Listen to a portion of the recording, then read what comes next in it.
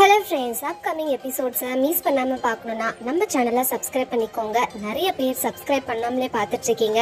So நீங்கள் subscribe பண்ணுறது எங்களுக்கு ஒரு மோட்டிவேஷனாக இருக்கும். ஸோ ப்ளீஸ் சப்ஸ்கிரைப் பண்ணி சப்போர்ட் பண்ணுங்கள். தேங்க்யூ. எபிசோட் 531.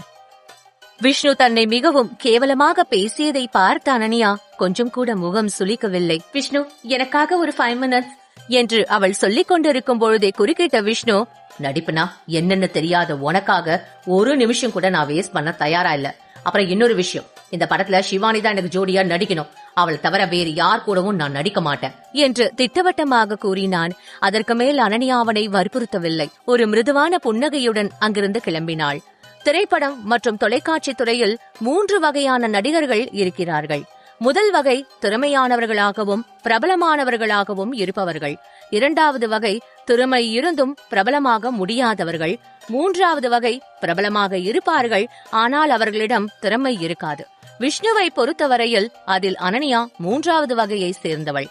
சித்தார்த்தின் மனைவி மற்றும் ஸ்டார் என்டர்டெயின்மெண்ட் நிறுவனத்தின் CEO என்ற தகுதி மட்டும்தான் அனன்யாவுக்கு இருக்கிறது.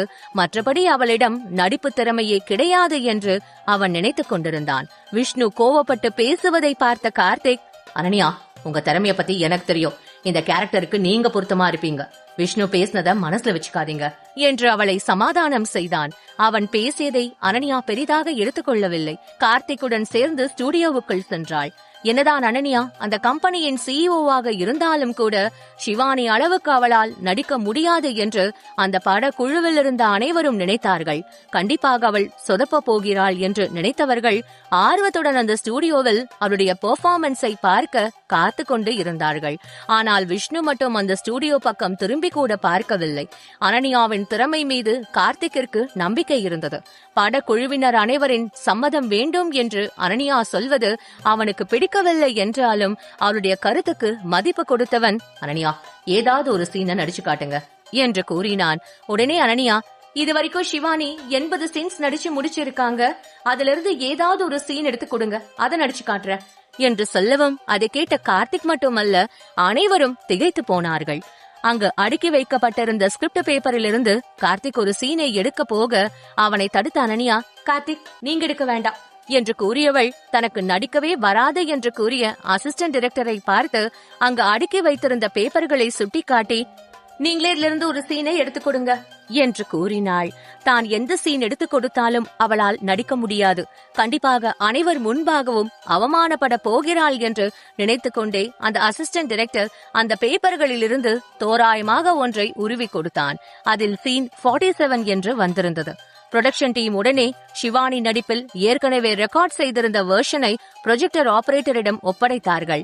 அவர் அதை ப்ரொஜெக்டரில் போட்டு ஆன் செய்யவும் அங்கிருந்த பெரிய ஸ்கிரீனில் காட்சிகள் ஓட ஆரம்பித்தது. அந்த திரைப்படத்திலேயே அதுதான் மிகவும் எமோஷனலான மற்றும் சிக்கலான காட்சியாக இருந்தது.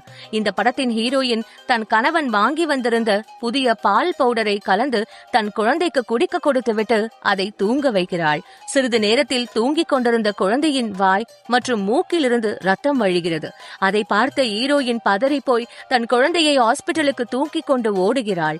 அங்கு குழந்தையை பரிசோதித்த டாக்டர் குழந்தை ஏற்கனவே இறந்துவிட்டதாக கூறுகிறார். அவளால் அதை ஏற்றுக்கொள்ளவே முடியவில்லை. அதிர்ச்சியில் உறைந்து போயிருந்த அவள் எந்த டயலாக்கும் இல்லாமல் தன்னுடைய முகத்திலேயே அந்த அதிர்ச்சியை வெளிப்படுத்த வேண்டும்.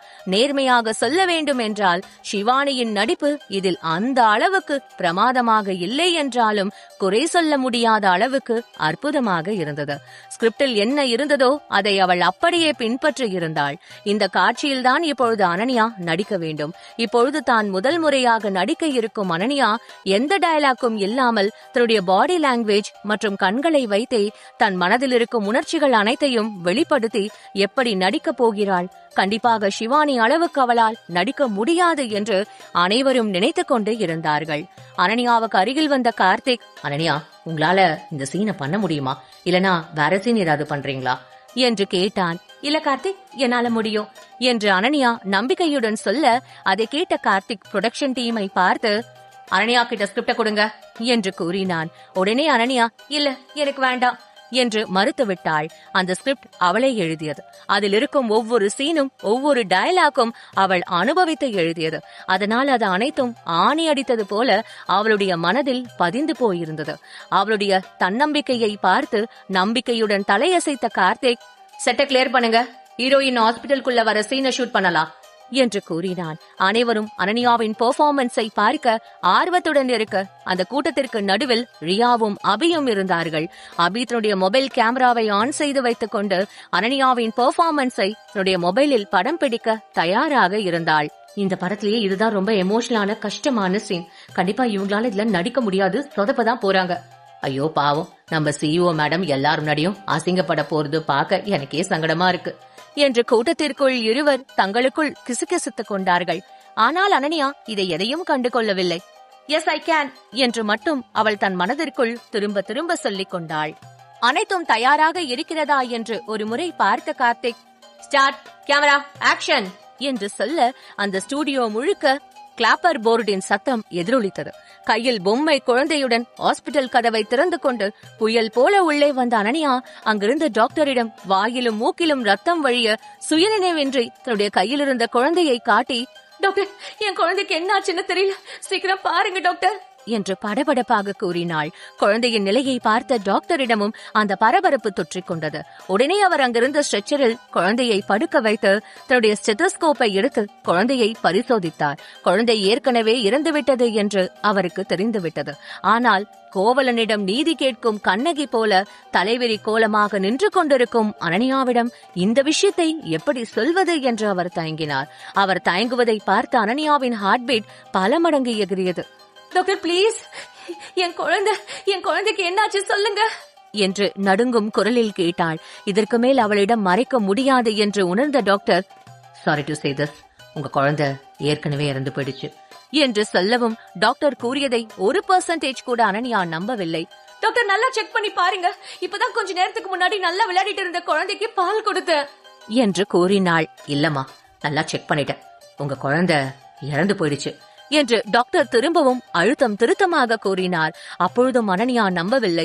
தன்னுடைய விரல்களை நீட்டி அந்த குழந்தையின் பட்டு போன்ற கன்னத்தை தொட்டு, எழுந்து கண்ணம்மா, கண்ணை திறந்த அம்மாவை பாருடா செல்லும் என்று சொல்லி எழுப்பினாள்.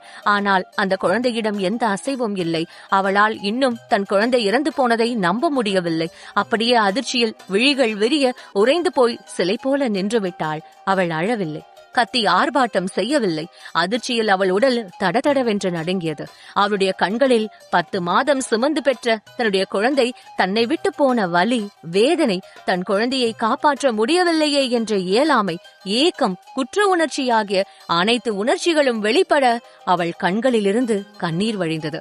ஸ்கிரிப்டில் இருந்த பெண் எழுந்து வந்தது போல தான் பெற்ற குழந்தை தன் முன்னாலேயே பறிகொடுத்த ஒரு தாயின் உணர்ச்சிகளை அனன்யாவின் முகம் அப்பட்டமாக வெளிப்படுத்தியது. இதை பார்த்து கொண்டிருந்த அந்த படக்குழுவினரின் கண்களிலிருந்து அவர்களை அறியாமலேயே கண்ணீர் வழிந்தது. அனன்யாவின் எமோஷனலான நடிப்பை தன்னை மறந்து பார்த்து கொண்டிருந்த கார்த்திக் உடனே சுதாரித்துக் கொண்டு கட் என்று கத்தினான். அடுத்த நிமிடம் அனன்யா தன்னுடைய ஆடைகளையும் தலையையும் சரி செய்து கொண்டு அனைவரையும் பார்த்தாள். அப்பொழுதுதான் அந்த படக்குழுவுக்கு பின்னால் யாரும் கவனிக்காதபடி சித்தார்த் தன்னை மறந்து நின்று கொண்டிருப்பதை அவள் கவனித்தாள். சித்தார்த் மட்டுமில்லை, அந்த ஒட்டுமொத்த ஏரியாவும் குண்டூசி போட்டால் கூட சத்தம் கேட்கும் அளவுக்கு மிகவும் நிசப்தமாக இருந்தது. அனன்யாவை குறை கூறிய படக்குழுவினர் அனைவரும் கிளிசரின் போடாமலேயே கண்ணீர் வழியும் அவளுடைய நடிப்பை பார்த்து மெய்மறந்து நின்று கொண்டிருந்தனர். சத்தியமா இத நான் அனன்யா மேடத்துக்கிட்ட இருந்து எதிர்பார்க்கவே இல்ல. இதுவரைக்கும் இவங்க நடிச்சதே இல்லையா? என்னால இதை நம்பவே முடியலையே. இவங்க பெர்ஃபார்மன்ஸ்ல நம்ம எல்லாரையும் அழ வச்சுட்டாங்களே என்று கிசுகிசுத்த படக்குழுவினர் தங்களுடைய கண்களில் வழிந்த கண்ணீரை துடைத்துக் கொண்டு அனன்யாவை பிரமிப்பாக பார்த்தார்கள். அனன்யாவை குறை கூறிய அந்த அசிஸ்டன்ட் டைரக்டர் அவளிடம் வந்து, சாரி மேடம், நீங்க இவ்வளவு அருமையா நடிப்பீங்கன்னு நான் நினைச்சே பார்க்கல.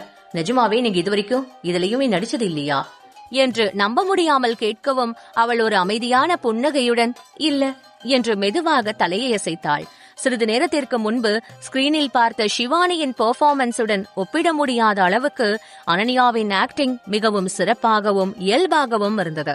அந்த அசிஸ்டன்ட் டைரக்டரால் இன்னும் தன்னுடைய கண்களை நம்ப முடியவில்லை. மேடம், இங்க இருக்கிற நடிகர்கள்ல பெரும்பாலானவங்க 4 வருஷம் பிலிம் ஸ்கூல்ல படிச்சுட்டு தான் இங்க வந்திருக்காங்க. அவங்களால கூட டயலாக்கே இல்லாம ஃபேஸ் எக்ஸ்பிரஷன்ல இந்த அளவுக்கு நடிக்க முடியாது. உங்களால மட்டும் எப்படி மேடம் முடிஞ்சது என்று நம்ப முடியாமல் கேட்கவும் அவரை பார்த்து மென்மையாக புன்னகைத்த அனன்யா, நிஜமாவே ஆக்டிங்ல எனக்கு எந்த எக்ஸ்பீரியன்ஸும் கிடையாது. நடிக்கும் போது நான் அந்த கேரக்டராவே என்ன நினைச்சுக்கிட்டேன். அவ்வளவுதான், ரொம்ப சிம்பிள் என்று கூறியவள் கூட்டத்திற்கு பின்னால் நின்று கொண்டு அவளையே வைத்த கண் வாங்காமல் பார்த்து கொண்டிருக்கும் சித்தார்த்தை பார்த்தாள். உடனே அனைவரின் பார்வையும் சித்தார்த்தின் பக்கம் திரும்பியது. திடீரென்று அந்த இடத்தில் சித்தார்த்தை பார்த்தவுடன் படக்குழுவினர் அனைவரும் திகைத்து போனார்கள். சித்தார்த்தின் கைகளை பிடித்து குலுக்கிய கார்த்திக், சித்தார்த், இந்த என்டர்டெயின்மெண்ட் இண்டஸ்ட்ரிக்கு கிடைச்சிருக்கிற ஒரு அரிய பொக்கிஷம் அனன்யா. அவங்களால நடிக்க முடியும்ன்ற நம்பிக்கை எனக்கு இருந்ததே தவிர இந்த அளவுக்கு அவங்க நடிப்பாங்கன்னு நான் சத்தியமா எதிர்பார்க்கவே இல்லடா. ஸ்கிரிப்ட்ல இருந்த பொண்ணு நிஜமாவே உயிரோட எழுந்து வந்த மாதிரி இருந்துச்சு என்று மனதார பாராட்டினான். மற்றவர்களும் இதையே சொல்ல சித்தார்த்திற்கு மிகவும் பெருமையாக இருந்தது. அனன்யாவை பார்த்து உற்சாகமாக கைகளை நீட்டினான். அவள் ஒரு வெட்க புன்னகையுடன் அவன் கைகளை பிடித்து கொள்ள அவளை அப்படியே இழுத்து தனக்கு அருகில் இழுத்து கொண்டான். உண்மையில் அனன்யாவின் நடிப்பை பார்த்து சித்தார்த்தும் பிரமித்து விட்டான். அவளிடம் இந்த அளவு நடிப்பு திறமை ஒளிந்திருக்கும் என்று அவனும் எதிர்பார்க்கவில்லை. அவள் காதோரம், பரவாயில்ல அனன்யா, மெத்தன் பேரை காப்பாத்திட்ட என்று கிசுகிசுப்பான குரலில் கூறினான். அவளுடைய வித்தியாசமான தனித்துவமான இன்னொரு முகத்தை பார்த்தவனுக்கு தன்னுடைய கணிப்பு தவறாக போகவில்லை என்று மிகவும் சந்தோஷமாக இருந்தது. அதே உற்சாகத்துடன் அவளுடைய இடுப்பில் கையை போட்டு இன்னும் நெருக்கமாக தனக்கு அருகில் இழுத்து கொண்டான். என்னதான் அவன் தன்னுடைய கணவனாக இருந்தாலும் அனைவர் முன்பாக இந்த அளவு நெருக்கமாக நடந்து கொள்வதை பார்த்தவளுக்கு சங்கடமாக இருந்தது. மெதுவாக அவனிடமிருந்து தன்னை விடுவித்துக் கொண்டவள் படக்குழுவின் முன்னால் வந்து அனைவரையும் பார்த்து பணிவுடன், நான் ஆரம்பத்துல சொன்ன மாதிரி உங்க எல்லாருக்கும் என்னோட பெர்ஃபார்மன்ஸ் பிடிச்சிருந்தா நான் இந்த படத்துல ஹீரோயினா கண்டினியூ பண்றேன். உங்கள யாராவது ஒருத்தருக்கு பிடிக்கலனாலும் நான் இப்பவே விலகிடுறேன் என்று கூறினாள். உடனே அவளை குறை கூறிய அந்த அசிஸ்டன்ட் டைரக்டர் தன்னுடைய 2 கைகளையும் தூக்கி, உங்களோட பெர்ஃபார்மன்ஸ் பார்த்து நான் மிரண்டு போயிட்டேன். 2 கைய மட்டும் இல்ல, முடிஞ்சா என்னோட 2 காலையும் கவுண்ட் பண்ணிக்கோங்க, உங்களுக்கு தான் என்னோட ஓட்டு என்று கூறினார். அதை கேட்டவுடன் அங்கிருந்த அனைவரும் வாய்விட்டு சிரித்தார்கள். பிறகு அனைவரும் தங்களுடைய 2 கைகளையும் உயர்த்தி அனன்யாவுக்கு தங்களுடைய ஆதரவை தெரிவித்தார்கள். அனைவரும் தனக்கு ஆதரவு தெரிவிப்பதை பார்த்த அனன்யா திகைத்து போய் நிற்கவும் சித்தார்த் அவளை பார்த்து அனைவரிடமும் பேசுமாறு சைகை செய்தான். உடனே அவள், நீங்க எல்லாரும் என்ன பாராட்டணுன்றதுக்காக நான் இந்த படத்துல நடிக்க வரல. ஒரு படம் பாதியில நின்னா அதனால எத்தனை பேருக்கு இழப்புன்னு எனக்கு நல்லா தெரியும். இந்த படத்தோட ஹீரோயின் இத பத்தி யோசிக்காம அவசரப்பட்டு முடிவெடுத்துட்டாங்க. எந்த காரணத்துக்காகவும் இந்த படம் பாதியில நிக்க கூடாது, கண்டிப்பா ரிலீஸ் பண்ணியே ஆகணும் அப்படின்றதுக்காக செகண்ட் ஆஃப் கதையவே மாத்தி இந்த படத்தை எடுக்க முடிவு பண்ணிருக்கோம். இந்த ஒரு சீன்ல என்னோட பெர்ஃபார்மன்ஸை வச்சு நீங்க யாரும் ஒரு முடிவுக்கு வர வேணாம். இன்னும் நிறைய சீன்ஸ் இருக்கு. ஒருவேளை அதுல என்னோட நடிப்பு உங்களுக்கு பிடிக்கலனாலும் தாராளமா நான் விலகிக்க ரெடியா இருக்கேன் என்று அனைவரையும் பார்த்து கூறினாள். அவள் கூறியதை கேட்ட அனைவரும், இந்த ஒரு சீன்லயே உங்க பெர்ஃபார்மன்ஸை நாங்க பாத்துட்டோம், கண்டிப்பா அப்படி ஒரு சிச்சுவேஷன் வராது என்று சொல்லிவிட்டு அடுத்த காட்சிக்கான ஏற்பாடுகளை செய்வதற்கு அங்கிருந்து கலைந்து சென்றார்கள். அவர்கள் சென்றவுடன் அபியும் ரியாவும் அனன்யாவுக்கு அருகில் வந்து அவள் கைகளை பிடித்து குலுக்கி, சூப்பர் மேடம், கலக்கிட்டீங்க என்று பாராட்டினார்கள். போதும், இன்னைக்கு எல்லாரும் என்ன பாராட்டு மழையில நனைய வச்சிட்டீங்க என்று அனன்யா சிரித்துக் கொண்டே கூறினாள். உடனே சித்தார்த் தன்னுடைய கையை பிடித்து அழைத்துக் கொண்டு தன்னுடைய காருக்கு சென்று அவளை உள்ளே உட்கார வைத்து கதவை சாத்தினான். திடீரென்று அவன் இப்படி நடந்து கொள்வதை பார்த்த அனன்யா, சித்தார்த், என்ன இது, ஏன் இப்ப திடீர் நீங்க கூட்டிட்டு வந்தீங்க என்று குழப்பமாக கேட்டாள். சித்தார்த் எதற்காக இப்படி நடந்து கொள்கிறான், சிவானியின் நிலைமை என்ன ஆனது, மேலும் எபிசோட் 532. சித்தார்த் அனன்யாவின் கையை பிடித்து அழைத்துக் கொண்டு தன்னுடைய காருக்கு சென்று அவளை உள்ளே உட்கார வைத்து கதவை சாத்தினான். திடீரென்று அவன் இப்படி நடந்து கொள்வதை பார்த்த அனன்யா, சித்தார்த், என்ன இது, ஏன் இப்ப திடீர்னு இங்க கூட்டிட்டு வந்தீங்க என்று குழப்பமாக கேட்டாள். அவளுடைய கேள்விக்கு சித்தார்த் எந்த பதிலும் சொல்லவில்லை. அவளை அப்படியே இறுக்கமாக கட்டி அணைத்து அவளுடைய உதடுகளை கவ்வி சுவைக்க ஆரம்பித்தான். சித்தார்த்தின் இந்த அதிரடி நடவடிக்கையால் அனன்யா முதலில் திகைத்து போனாலும் கொஞ்சம் கொஞ்சமாக அவனுடைய முத்தத்தில் கரைந்து போனாள். சிறிது நேரம் கழித்து சுதாரித்துக் கொண்டவள் அவனிடமிருந்து தன்னை விடுவித்துக் கொண்டு ஜன்னல் வழியாக வெளியே பார்த்தாள். அங்கு அந்த ஸ்டுடியோவுக்குள் ஏராளமான ஊழியர்கள் வருவதும் போவதுமாக இருந்தார்கள்.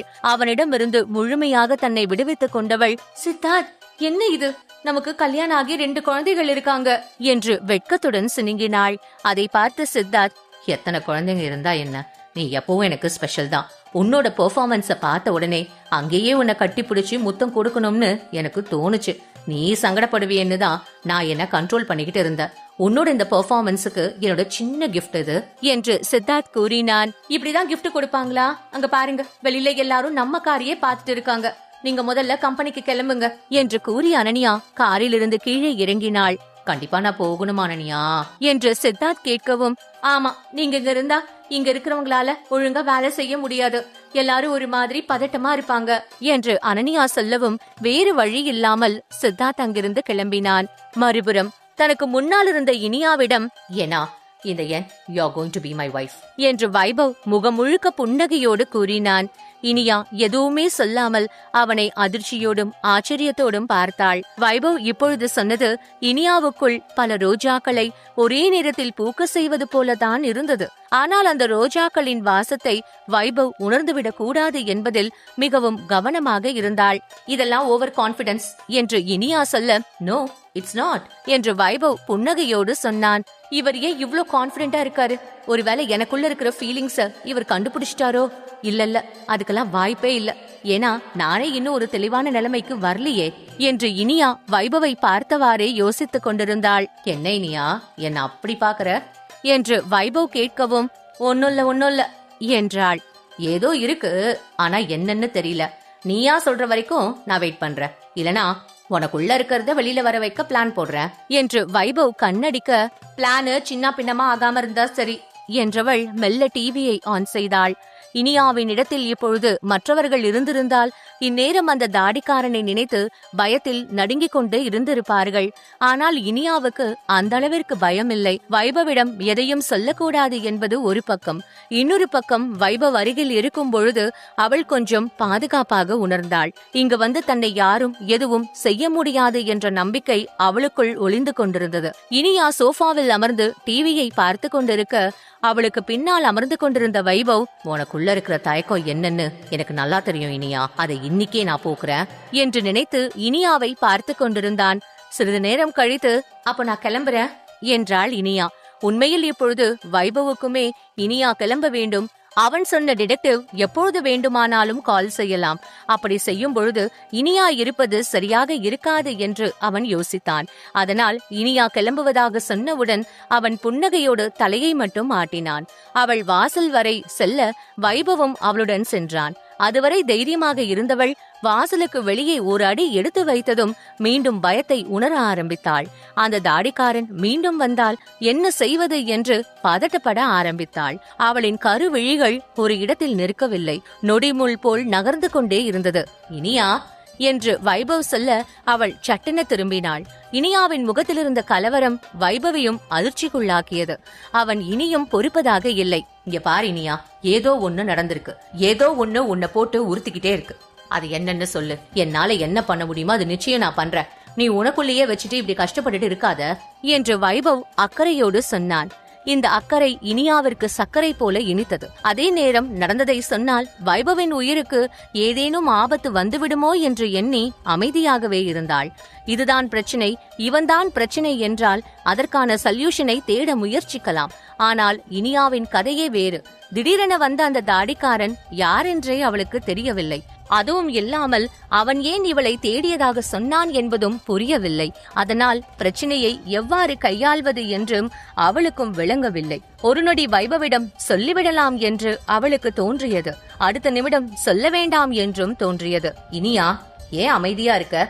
நான் உனக்கு என்ன பண்ணணும்னு சொல்லு, எதுவா இருந்தாலும் நான் பண்றேன் என்று வைபவ் உருக்கமாக சொல்ல, நீங்க எனக்கு ஏதாவது பண்ணணும்னு நினைச்சீங்கன்னா உங்க டிரைவர் கிட்ட சொல்லி என்ன எங்க வீட்ல டிராப் பண்ண சொல்ல முடியுமா என்றாள்.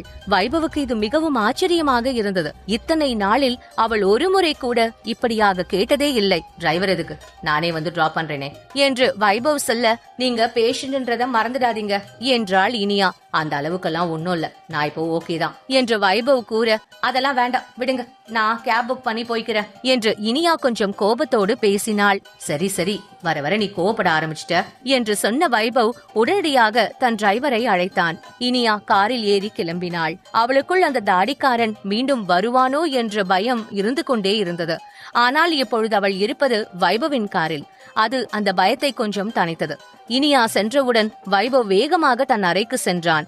இவ எல்லாத்தையும் சொல்லிட்டாளா இல்ல வேற எதையும் மறைக்கிறாளான்னு தெரியலையே என்று இனியாவை பற்றி அவன் நினைத்துக் கொண்டிருக்கும் பொழுது டிடெக்டிவிடமிருந்து அவனுக்கு கால் வந்தது. அவனும் உடனே ஆர்வத்துடன் அந்த காலை அட்டன் செய்தான். என்னாச்சு என்று வைபவ் கேட்க, நீங்க சொன்ன மாதிரியே பண்ணிட்டேன் என்றான் டிடெக்டிவ். முழு டீடைல்ஸும் சொல்லு என்று வைபவ் கட்டளையிட்டான். விக்ரமராஜா வெளிய பார்க்க ஒரு ஜென்டல் பினான்சியர், ஆனா நிஜத்துல அவன் ஒரு கந்துவட்டிக்காரன். மதுரையில விக்ரமராஜா பேரை சொன்னாலே எல்லாரும் பயபக்தியோட பாக்குறாங்க. அவனுக்கு 2 பசங்க, அதுல ஒருத்தன் கொஞ்சம் புத்திஸ்வாதினம் இல்லாதவன், ஆனா பண்றதெல்லாம் கேடி வேலை. அவனுக்கு சில வருஷங்களுக்கு முன்னாடி ஒரு கல்யாணம் நடந்திருக்கு. ஆனா அந்த பொண்ணு ஓடிட்டா. போனவ சும்மா போகல, அவனை சாகுற ஸ்டேஜுக்கு தள்ளிட்டு போயிட்டான். அவன் நல்ல நேரம் சாகல என்று டிடெக்டிவ் சொல்ல, அவன் சாகலன்னு எனக்கு ஏற்கனவே தெரியும், அதை நாங்க முன்னாடியே கண்டுபிடிச்சிட்டோம். அந்த விக்ரமராஜாவும் அவரோட 2 பசங்களும் இருக்கிற போட்டோ கூட கிடைச்சது. வேற ஏதாவது புதுசா எவிடன்ஸ் கிடைச்சா சொல்லு, அவனோட வீடியோ இருந்தா அனுப்பி வை, இல்லனா அவனையே கூட தூக்கிட்டு வந்துரு என்று கூறிவிட்டு காலை கட் செய்தான். இனியா, நான் உன்கிட்ட என்ன சொன்னாலும் உனக்குள்ள இருக்கிற தயக்கம் இன்னும் உன்னை விட்டு போகலன்னு எனக்கு தெரியும். கூடிய சீக்கிரமே அதை நான் சரி பண்றேன் என்று மனதுக்குள் நினைத்து கொண்டவனுக்கு உடனே மீண்டும் இனியாவை பார்க்க வேண்டும் போல இருந்தது. கால் செய்யலாம் என்று நினைத்தான். இல்ல வேணாம், இப்ப கால் பண்ணா அவ ஏதாவது கிண்டல் பண்ணுவா, நாம நேராவே போய் பாத்துக்கலாம் என்று தனக்குத்தானே சொல்லிக் கொண்டான். மறுபுறம் இனியாவோ காரில் சென்று கொண்டிருந்தாள். அவளின் கண்கள் அவ்வப்பொழுது காருக்கு பின்பக்கம் திரும்பி திரும்பி பார்த்து கொண்டிருந்தது. அதை டிரைவரும் கவனித்தார். என்னாச்சு மேம் என்று டிரைவர் கேட்க, புரியலனா என்றாள் இனியா. நானும் வந்ததிலிருந்து பாக்குறேன், அப்பப்போ பின்னாடி பார்த்துட்டே இருக்கீங்களே, ஏன் மேம் யாரும் வராங்களா என்று டிரைவர் கேட்டார். இல்ல, யாரோ ஃபாலோ பண்ற மாதிரி இருந்தது, அதுதான் என்று இனியா கொஞ்சம் நடுக்கத்தோடு சொன்னாள். இல்ல மேம், அப்படிலாம் யாரும் பண்ணலையே என்று சொல்லிவிட்டு டிரைவர் காரை ஓட்டுவதில் கவனம் செலுத்தினார். சில வினாடிகள் போக, மேம் நான் ஒன்னு சொன்னா நீங்க தப்பா நினைச்சுக்க மாட்டீங்களே என்று ஃப்ரெண்ட் மிரரில் தெரிந்த இனியாவின் முகத்தை பார்த்தபடியே டிரைவர் கேட்டார். சொல்லுங்கண்ணா என இனியா பதில் கொடுக்க, நீங்க சார் வாழ்க்கையில வந்த அப்புறம் அவரோட பிஹேவியர்ஸ்ல நிறையவே சேஞ்சஸ் தெரியுது மேம். கொஞ்ச நாள் முன்ன இருந்த சாருக்கும் இப்ப இருக்கிற சாருக்கும் நிறையவே வித்தியாசம் இருக்கு என்று டிரைவர் புன்னகைத்தார். வித்தியாசம்னா எப்படின்னா சொல்றீங்க என்று இனியா புரிந்தும் புரியாமல் கேட்டாள். அது வந்து என்று டிரைவர் தயங்க, நீங்க ஃப்ரீயா சொல்லுங்க, நான் எதுவும் நினைச்சுக்க மாட்டேன், உங்க சார்கிட்டயும் சொல்ல மாட்டேன், பயப்பட வேண்டாம் என்று இனியா நம்பிக்கை கொடுத்தாள். அப்பெல்லாம் சாரு ரொம்ப சிடுமூஞ்சியா இருப்பாரு மேம், எதுக்கெடுத்தாலும் மூஞ்சு காட்டுவாரு, ஒரு சின்ன தப்பு பண்ணா கூட லபோ திபோன்னு குதிப்பாரு. ஆனா இப்ப கொஞ்சம் சாஃப்ட் ஆயிட்டாரு, நாங்க தெரியாம தப்பு பண்ணா கூட அதை ஜென்டலா ஹேண்டில் பண்றாரு. சொல்ல போனா வைபவ் சார் ஏதோ புது பொறப்பெடுத்த மாதிரி இருக்கு மேம் என்று டிரைவர் பெரிய வார்த்தையை சொன்னார். கூடவே, இதுக்கெல்லாம் நீங்க தான் மேம் காரணம், தேங்க்ஸ் என்று டிரைவர் சொல்ல இனியாவுக்கு என்னவோ மாதிரியாக இருந்தது. அவர் மாறினதுக்கும் எனக்கும் என்னன்னா சம்பந்தம், அதெல்லாம் எதுவும் இல்ல என்று இனியா சொன்னாள். கமான் மேம், அவரோட சேஞ்சஸ்க்கெல்லாம் முக்கியமான காரணம் நீங்க தான், அது உங்களுக்குமே தெரியும், ஆனா நீங்க ஒத்துக்க மாட்டீங்க, அவ்வளவுதான் என்று டிரைவர் இன்னும் விடாப்பிடியாக சொன்னார். இனியாவுக்கு இப்பொழுது என்ன பதில் சொல்வது என்று தெரியவில்லை.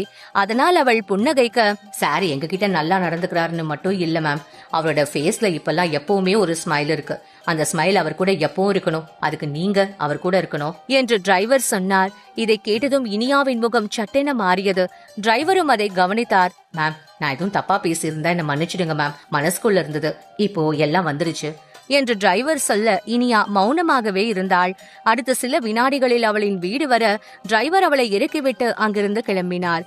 இனியாவிற்கு டிரைவர் கோரியது ஒரு மாதிரியாக இருந்தது. இப்ப நான் என்ன பண்ண, ஒருவேளை வைபவ் சார் லைஃப்ல இருந்து நான் போயிட்டா அவர் ரொம்ப உடைஞ்சிடுவாரோ என்று கேட்டுக்கொண்டாள். அதற்கு அவளே, நீ இல்லாம போனா கூட அப்படி இப்படின்னு கொஞ்ச நாள் அவரு தேடிடுவாரு இனியா, ஆனா நீ அவர் கூடவே இருந்தனா உன்னை துரத்திட்டு இருக்கிற பாவமும் பழியும் அவருக்கும் போய் சேரும், அதனால அவருக்கு இன்னும் ஹர்ட்டாக தான் ஆகும் என்று பதிலும் சொல்லிக் கொண்டாள்.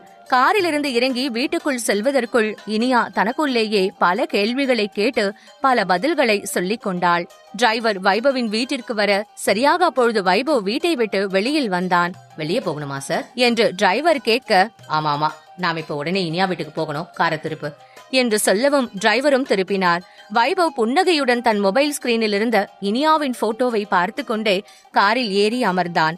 அவன் தன் கையில் இருக்கும் மொபைலை ஏதோ புதையல் போல அவன் பார்த்தான். அப்பொழுது, சார் நான் ஒன்னு சொல்லட்டுமா என்று டிரைவர் பேச்சை எடுத்தார். என்னது என்று வைபவ் கேட்க, இனியா மேம் எதையோ நினைச்சு பயந்துட்டு இருக்காங்கன்னு நினைக்கிறேன் சார் என்றார் டிரைவர். இதை கேட்டதும் வைபவின் கண்கள் கொஞ்சம் அகலமாகியது. எதை வச்சு சொல்ற என்று வைபவ் கேட்க, மேம் கார்ல வந்துட்டு இருக்கிறப்போ எல்லாம் அப்பப்போ பின்னாடி திரும்பி திரும்பி பார்த்துட்டே வந்துட்டு இருந்தாங்க சார். கேட்டா யாரோ ஃபாலோ பண்ற மாதிரி இருக்குன்னு சொன்னாங்க என்று டிரைவர் சொன்னான். வைபவுக்குமே இது விசித்திரமாக இருந்தது. வேற எதுவும் சொன்னாங்களா என்று அவன் கேட்க, இல்ல சார் வேற எதுவும் சொல்லல. ஆனா காலையில வீட்டுக்கு வரும்பொழுதே அவங்க முகம் ஒரு மாதிரி பேயறிஞ்ச மாதிரி தான் சார் இருந்தது. எதையோ பார்த்து பயந்துருக்காங்கன்னு நினைக்கிறேன் என்று டிரைவர் சொன்னார். வைபவ் உடனடியாக யோசிக்க ஆரம்பித்தான். என்ன வீட்டுல விட்டுட்டு போகும்போது அவன் நல்லாதான் இருந்தான். திரும்ப வரும்பொழுது ஏதோ ஒரு மாதிரி தான் இருந்தான். அப்போ அந்த கொஞ்ச நேரத்துல தான் ஏதோ ஒண்ணு நடந்திருக்கு. யாரோ ஃபாலோ பண்ற மாதிரி இருக்குன்னு வேற சொல்லியிருக்கா. ஒருவேளை உண்மையாவே அவளை யாரும் ஃபாலோ பண்றாங்களோ என்று வைபவ் தனக்குள்ளாகவே சில நிமிடங்கள் குழம்பியவன் உடனே, காலையில அவ எதுல வந்தான்னு ஏதாவது தெரியுமா என்று வைபவ் கேட்க, கேப்ல தான் சார் வந்தாங்க. அந்த கேப் டிரைவர் கூட எனக்கு தெரிஞ்சவன் தான் என்று டிரைவர் கூறினார். உடனே வைபவின் மண்டையில் ஒரு பல்ப் எரிந்தது. வைபவ் இப்பொழுது என்ன செய்ய போகிறான்? அந்த தாடிக்காரனை வைபவ் கண்டுபிடிப்பானா? மேலும் தெரிந்து கொள். எபிசோட் 533. காலையில இனியா எதுல வந்தான்னு தெரியுமா என்று வைபவ் கேட்க, கேப்ல தான் சார் வந்தாங்க. அந்த கேப் டிரைவர் கூட எனக்கு தெரிஞ்சு வந்தான் என்று டிரைவர் கூறினார். உடனே வைபவின் மண்டையில் ஒரு பல்பு எரிந்தது. காரை ஓரமா நிறுத்திட்டு அந்த டிரைவருக்கு உடனே கால் பண்ணு என்று வைபவ் சொல்ல, டிரைவரும் அப்படியே செய்தார். நீயா பேசுற மாதிரி இருக்கட்டும் என்று வைபவ் சொல்ல, டிரைவரும் அதை புரிந்து கொண்டு ஸ்பீக்கர் ஆன் செய்தார். டேய், காலையில என்னடா பிரச்சனை என்று வைபவின் டிரைவர் கேட்க, பிரச்சனையா? அதெல்லாம் ஒண்ணும் இல்லையே என்று அந்த டிரைவர் பதறினான். அதிலேயே ஏதோ ஒன்று இருக்கிறது என்பது வைபவுக்கு தெளிவாக புரிந்தது.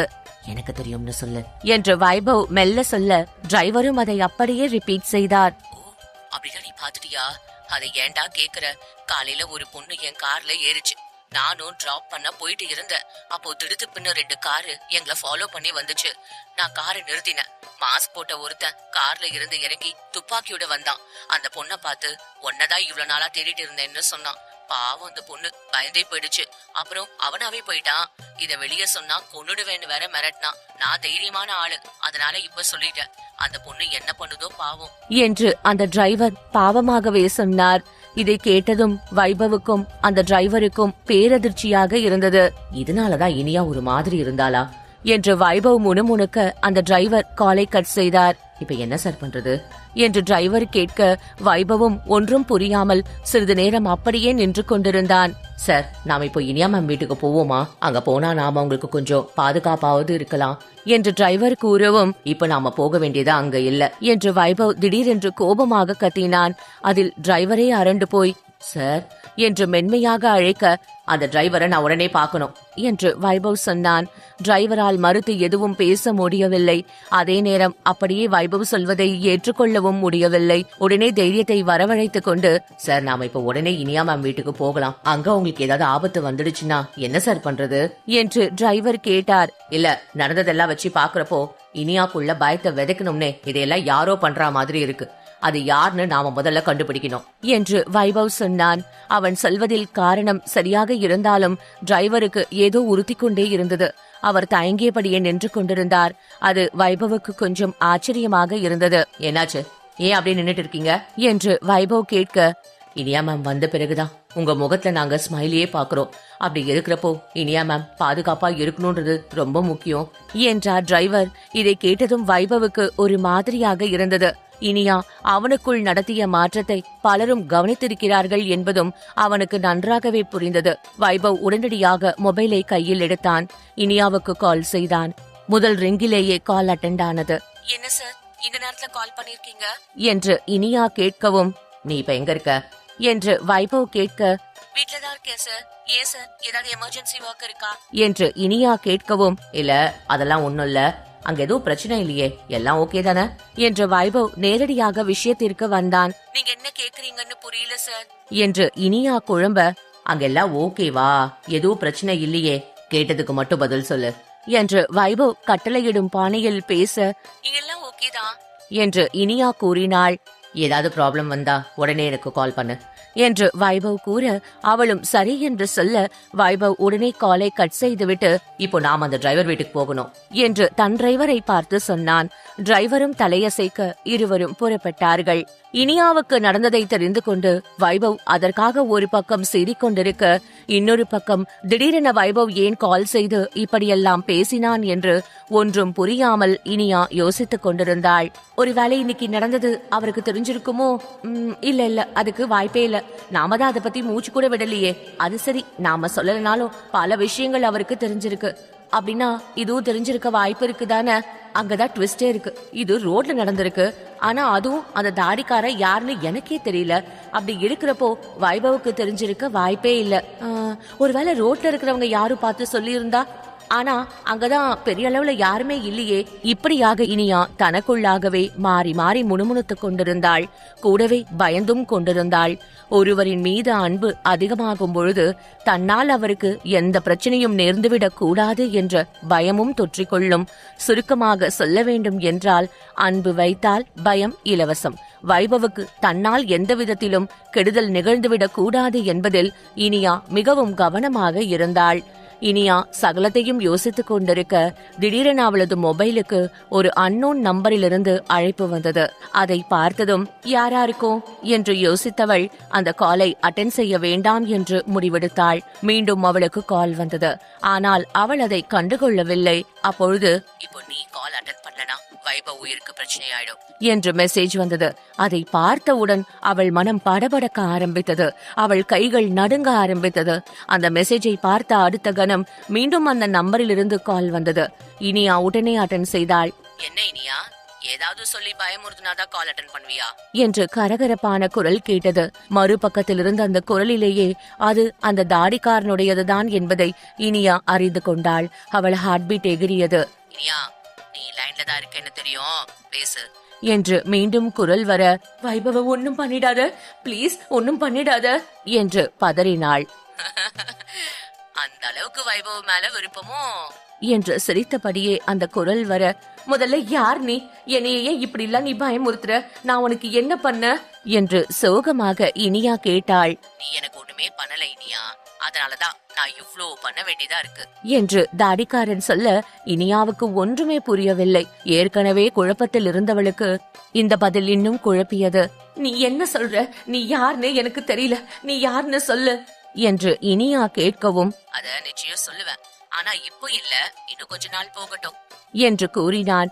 இனியா பதில் எதுவும் சொல்லாமல் மொபைலை காதிலேயே வைத்துக் கொண்டிருக்க, அப்புறம் வைபவ் கூட ரொம்ப நெருங்கி பழகாத, அது உனக்கு வலிய கொடுக்கும், அவனுக்கு சாவ கொடுக்கும் என்று சிரித்துக்கொண்டே வார்த்தைகளால் மிரட்டினான். இதை கேட்டதும் இனியாவுக்கு பக்கென்று இருந்தது. யார் நீ? ஏன் இப்படிலாம் பண்ற என்று இனியா சட்டன அழுகையோடு கேட்டாள். என்னமா அழறியா? சரி, உன்னாலையும் டக்குன்னு வைபவ் கிட்ட இருந்து விலக முடியாதுதான், அதனால கொஞ்சம் கொஞ்சமா விலகு என்று தாடிக்காரன் மிரட்டினான். அதெல்லாம் முடியாது என்று இனியா சொல்ல, அப்போ வைபவ் உயிரோட இருக்க மாட்டான் என்று சொல்லவும் இனியாவுக்கு இப்பொழுது என்ன செய்வது என்றே தெரியவில்லை.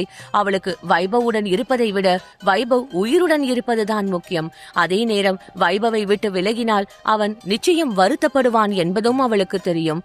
அதனால் இப்பொழுதைக்கு சமாளிக்கலாம் என்று நினைத்தவள், அவ்வளோ சீக்கிரம் அவரை விட்டு போக முடியாது. அதுவும் இல்லாம நான் இப்ப இந்த அளவுக்கு இருக்க அவர்தான் காரணம். திடீர்னு அவரை விட்டெல்லாம் என்னால போக முடியாது என்று சொன்னாள். செல்லம், அத பத்திலாம் நீ கவலைப்பட வேண்டாம், நானே ஒண்ணா சொல்றேன். முதல் டாஸ்க் இன்னையில இருந்து அவன் எப்ப கால் பண்ணாலும் முதல் முறையே அட்டெண்ட் பண்ணக்கூடாது என்றான். இப்போதைக்கு இந்த டாஸ்க பண்ணு, மத்ததெல்லாம் அப்புறம் சொல்றேன், பாய் என்று கூறிவிட்டு தாடிக்காரன் காலை கட் செய்தான். இனியாவோ உடனடியாக அந்த நம்பரை ஒரு ஆப்பிள் போட்டு அது யாருடையது என்று பார்க்க முயற்சித்தாள். ஆனால் எந்த தகவலும் கிடைக்கவில்லை. இனியாவின் துயரம் இப்பொழுது அவளின் தொண்டைக்குள் உருண்டையாக உருண்டும் கண்களிலிருந்து கண்ணீராகவும் வெளியேறி கொண்டிருந்தது. எனக்கு மட்டும் ஏன் இப்படிலாம் நடக்குது? நானும் எல்லார் மாதிரியும் ஒரு நார்மலான லைஃப வாழதான ஆசைப்பட்டேன், ஆனா அது ஏன் எனக்கு நடக்கல என்று மனம் உருகி அவள் அழுதாள். உண்மையில் இனியாவின் நிலைமை மிகவும் மோசமாக இருந்தது. தினம் தினம் புது புது பிரச்சனைகள் வந்து கொண்டிருப்பது போலவே இருந்தது. என்னாலதான் எல்லா பிரச்சனையும், நான் இருக்கிறது தான் இங்க எல்லாருக்கும் சிக்கலா இருக்கு. பேசாம நான் செத்துட்டா இங்க யாருக்கும் எந்த பிரச்சனையும் இல்ல. ஆமா சரிதான், எனக்கு கல்யாணம் நடந்த அப்பவே நான் செத்துருக்கணும். அப்படி பண்ணியிருந்தா நல்லா இருந்திருக்கும் என்று முகம் முழுவதும் கண்ணீரால் நனைய அவள் அழுது கொண்டே புலம்பினாள். அதே நேரம் அவளின் பார்வை கண்ணாடிக்கு அருகில் இருந்த கத்தியை நோக்கி போனது. தற்கொலை எண்ணத்தில் இருந்தவளுக்கு அந்த கத்தியை பார்த்தவுடன் அந்த எண்ணம் இன்னும் அதிகமானது. தன் கண்களிலிருந்து வடிந்து கொண்டே கண்ணீரை துடைத்தாள். இனியும் என்னால் இந்த வலியை தாங்க முடியாது. காலம் முழுக்க வாழ்ந்து கஷ்டப்படுறதை விட 2 நிமிஷம் கஷ்டப்பட்டுட்டு மேல போயிடலாம் என்று நினைத்து தலையை மேலும் கீழும் மாட்டினாள். பின்னர் தன் இருக்கையிலிருந்து எழுந்த அந்த கத்தியை நோக்கி போனாள். கத்தியை கையில் எடுத்தாள். அவள் என்னதான் தைரியப்படுத்தி கொண்டாலும் இப்பொழுது அவளுக்கு மிகவும் கஷ்டமாகவும் பயமாகவும் இருந்தது.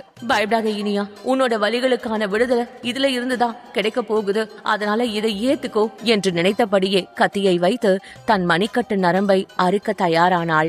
அவள் கைகள் நடுங்கினாலும் பெருமூச்சு விட்டு அவளே இயல்புக்கு வந்தாள். எல்லாம் சரியாயிடும், இது பண்ணா எல்லாம் சரியாயிடும் என்று கண்ணை மூடிக்கொண்டு கத்தியை தன் மணிக்கட்டு நரம்பில் வைக்க சட்டன அவளுக்கு கால் வந்தது. என் உயிரே திரைப்படத்தின் ஹீரோ விஷ்ணுவை தவிர அந்த படக்குழுவினர் அனைவரும் அனன்யாவை ஏற்றுக்கொண்டார்கள். யாரும் எந்த அப்ஜெக்ஷனும் தெரிவிக்கவில்லை. செகண்ட் ஆஃபில் அனன்யா விஷ்ணுவுடன் அதிகம் சேர்ந்து நடிக்க வேண்டிய காட்சிகள் இல்லை. அதனால் அனன்யாவின் காட்சிகள் தனியாகவும் விஷ்ணுவின் காட்சிகள் தனியாகவும் படமாக்க கார்த்திக் திட்டமிட்டான். அதிக நாள் இல்லை என்பதால் ரிஹர்சல் பார்த்த அன்றே ஷூட்டிங் ஆரம்பித்து விட்டார்கள். அதனால் விஷ்ணுவுக்கு அனன்யாவை பிடிக்கவில்லை என்றாலும் எந்த பிரச்சனையும் இல்லாமல் ஷூட்டிங் போய்கொண்டே இருந்தது. ஸ்டார் என்டர்டெயின்மெண்ட் கம்பெனியின் சிஇஓ சித்தார்த்தின் மனைவி என்ற எந்த பந்தாவும் இல்லாமல் சாதாரண துணை நடிகர் முதல் டெக்னீஷியன், கேமராமேன் வரை அனைவரிடமும் அனன்யா சகஜமாக பேசி பழகினாள். தனக்கென்று ஸ்பெஷலாக எந்த கோரிக்கையும் அவள் வைக்கவில்லை. சாப்பிடும் பொழுது கூட மக்களோடு மக்களாக சேர்ந்து அமர்ந்து சாப்பிட்டாள். அபி அவளுக்கு அருகிலிருந்து தேவையான உதவிகளை செய்தாள். அதே போல ஒரு பர்சனல் அசிஸ்டன்டின் வேலை பற்றியும் அனன்யாவை பற்றியும் ரியாவுக்கு சொல்லிக் கொடுத்தாள். விஷ்ணுவுக்கு அனன்யாவை பிடிக்கவில்லை என்றாலும் அவளுடைய பெர்ஃபார்மன்ஸ் பற்றி அனைவரும் பேசிக் கொள்வதை கவனித்துக் கொண்டுதான் இருந்தான். தன்னுடைய கை நரம்பை கட் செய்ய போன இனியா போன் ரிங் ஆகும் சத்தம் கேட்டவுடன் சட்டென்று தன் பார்வையை மொபைல் பக்கம் திருப்பினாள். வைபவ் தான் கால் செய்து கொண்டிருந்தான். அடுத்த நொடியே அவள் அழுகையோடு பாய்ந்து சென்று காலை அட்டெண்ட் செய்தாள். இனியா என்று வைபவ் சொல்ல இதற்கு மேல் கட்டுப்படுத்திக் கொள்ள முடியாமல் வாய்விட்டு கதறி அழ ஆரம்பித்து விட்டாள். ஏ இனியா, என்னாச்சு? இப்ப ஏன் அழற? ஐயோ, ஆர் யூ ஓகே? அங்க ஏதோ பிரச்சனையா என்று அடுக்கடுக்காக கேள்விகளை கேட்டான். ஆனால் இனியாவோ எதற்கும் பதில் சொல்லாமல் அழுது கொண்டிருந்தாள். இனியா, நான் உடனே வரேன் என்று வைபவ் சொல்ல இனியா சட்டன அழுகையை நிறுத்தினாள். இல்ல இல்ல, நீங்க வர வேணாம், எனக்கு கொஞ்சம் வயிறு வலி, அதான் அழுத. டேப்லெட் போட்டா சரியாயிடும், நான் பாத்துக்கிறேன் என்று சொல்லிவிட்டு இனியா காலை கட் செய்தாள். எதுவுமே சொல்லாமல் அவனிடம் அழுதது அவளுக்கு கொஞ்சம் நிம்மதியாகத்தான் இருந்தது. சில நேரங்களில் இப்படிதான். பிடித்த ஒருவருக்கு அருகில் அமர்ந்து அழுதாலே போதும், உள்ளுக்குள் இருக்கும் பாரம் கொஞ்சம் லேசாகும். இப்பொழுது இனியாவுக்கும் அப்படித்தான் இருந்தது. அதே நேரம் வைபவுக்கு நிம்மதி இல்லை. இனியா ஏன் அழுதாள் என்று அவன் பலவிதமாக யோசிக்க ஆரம்பித்தான். வயிறு வலி என்று இனியா சொன்னதை அவனால் நம்ப முடியவில்லை. வைபவும் டிரைவரும் சேர்ந்து இனியாவை டிராப் செய்த டிரைவர் வீட்டிற்கு சென்றார்கள். அந்த டிரைவர் வைபவை பார்த்ததும் முதலில் பயந்தான். உண்மையை மற்றவர்களிடம் சொல்லி அதனால் தனக்கு எதுவும் ஆகிவிடுமோ என்பதுதான் அந்த பயத்துக்கு காரணம். பின்பு வைபவ் நம்பிக்கை அளிக்க அவன் நடந்த அனைத்தையும் புட்டு புட்டு வைத்தான். இதையடுத்து வைபவ் அந்த இரு டிரைவர்களும் சம்பவம் நடந்த இடத்தை நோக்கி மின்னல் வேகத்தில் புறப்பட்டார்கள். டிரைவர் இங்குதான் நடந்தது என்று ஒரு இடத்தை சுட்டிக்காட்ட வைபவ் சுற்றி பார்த்தான். அப்படி அவன் பார்க்கையில் கொஞ்சம் தூரத்தில் ஒரு சிசிடிவி கேமரா இருப்பது அவனுக்கு தெரிந்தது. அதை கண்டதும் உடனடியாக அந்த சிசிடிவி கேமரா காட்சியை செக் செய்வது என அவன் முடிவு எடுத்தான். வைபவ் இந்த தாடிக்காரனை கண்டுபிடிப்பானா? விஷ்ணு அனன்யாவை ஒப்புக்கொள்வானா? மேலும் எபிசோட் 534. வைபவும் அந்த இரு டிரைவர்களும் சம்பவம் நடந்த இடத்தை நோக்கி மின்னல் வேகத்தில் புறப்பட்டார்கள். டிரைவர் இங்குதான் நடந்தது என்று ஒரு இடத்தை சுட்டிக்காட்ட வைபவ் அந்த இடத்தை சுற்றிலும் பார்த்தான். சற்று தூரத்தில் ஒரு சிசிடிவி கேமரா இருப்பது அவனுக்கு தெரிந்தது. தன்னுடைய இன்ஃப்ளூயன்ஸை பயன்படுத்தி உடனே சிசிடிவி கேமராவையும் செக் செய்தான். அதில் அந்த தாடிக்காரனின் உருவம் தெரிந்தது. ஆனால் சொல்லிக்கொள்ளும் அளவிற்கு தெளிவாக தெரியவில்லை. இதனால் வைபவ் கொஞ்சம் குழம்பினான். ஆனாலும் அந்த ஃபுட்டேஜை தன் மொபைலில் ஷேர் செய்து கொண்டான். ஏதோ ஒன்று உறுத்த சட்டென காரின் நம்பர் தெரிகிறதா என்று மீண்டும் சிசிடிவி காட்சிகளை பார்த்தான். இனியாவின் காரை பின்தொடர்ந்து வந்த இரு காரின் நம்பர்களுமே நன்றாக தெரிந்தது.